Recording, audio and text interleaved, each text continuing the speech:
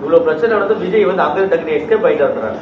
பைத்தியம் நானு போலீஸ்காரன் துரத்தி வருவான், இங்க இருந்து போங்க இப்படி இப்படி ஆயிடுச்சுங்களா, எல்லா நாடகமும் அவங்க நடத்துறாங்க.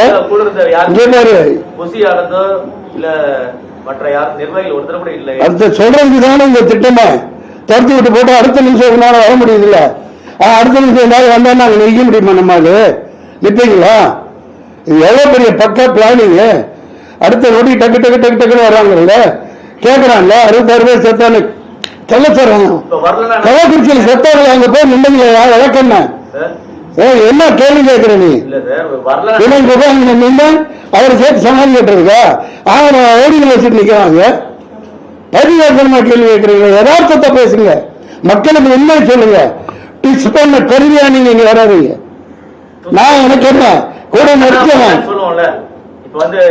மக்கள் பாத்துக்குவாங்க, மக்கள் பாத்துக்குவாங்க. நான் ஒரு நடி, அதேதான் சொல்றேன். இப்ப அவர் வராம இருந்திருந்தா என்ன சொன்னீங்க? வீட்டுக்குள்ள இருந்து அரசியல் பண்றார், வீட்டுக்குள்ள இருந்து ட்விட்டர்ல போடுறாங்க, வெளியே வந்தா அப்படி மக்கள் வச்சு சாப்பிடுப்பீங்க. இப்ப எப்படி வெளியே வர்றது? யார் பாதுகாப்புல வர்றது சொல்லுங்க. போறோம். நன்றி, வணக்கம், சந்திப்போம், நல்லதே நடக்கும். யாரும் கேட்கறீங்க தெரியல. நன்றி, வாழ்க்கை வளர்க. தப்பு செய்தவன் தண்டனையை அனுபவிப்பான், அவ்வளவுதான்.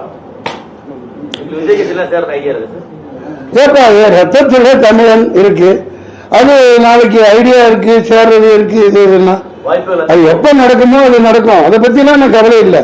உணர்வுபூர்வமா ஒருத்தனுக்கு இப்படி தமிழ் இனத்தை கொண்டு ஒரு சொந்த மக்களை சாதடிச்சு அரசியல் பண்றான், அதை கண்டிக்கிறது என் தலையாய கடமை. நான் கண்டிக்கிறேன். நான் சொல்றதுக்கு ஒண்ணுமே இல்லை, அது அவர் பார்த்துக்குவார்.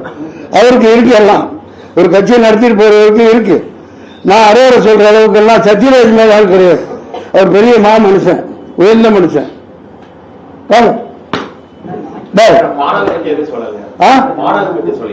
புரியல?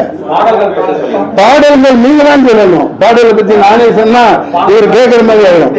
நான் ஒன்றும் சொல்ல மாட்டேன். பாடல்களை மக்களுக்காக அர்ப்பணிச்சாச்சு. நான் தொடர்ந்து வாரத்துக்கு 2 பாட்டு விஜய்க்கு சப்போர்ட்டா அது நீங்க நினைச்சிட்டு இருந்தா இது பெரிய ஜாம்பவான்களும் எல்லாத்தையும் தின்னுட்டு முதல்ல உட்கார்ந்து இருக்குது. அது எவ்வளவு நாளைக்கு இருக்கும்? எவ்வளவு நாளைக்கு உங்க ராஜ்யம் நடக்கும்? பாத்துக்கிறேன். எத்தனையோ கொடுமைகள் தாங்கிட்டு நிக்கிறேன். நான் படம் சரக்கு எடுத்து 4 வருஷம் 4 கோடிக்கு மேல போச்சு, வெளியிட முடியல, பல சிக்கல்கள். இன்னும் ஓடிடி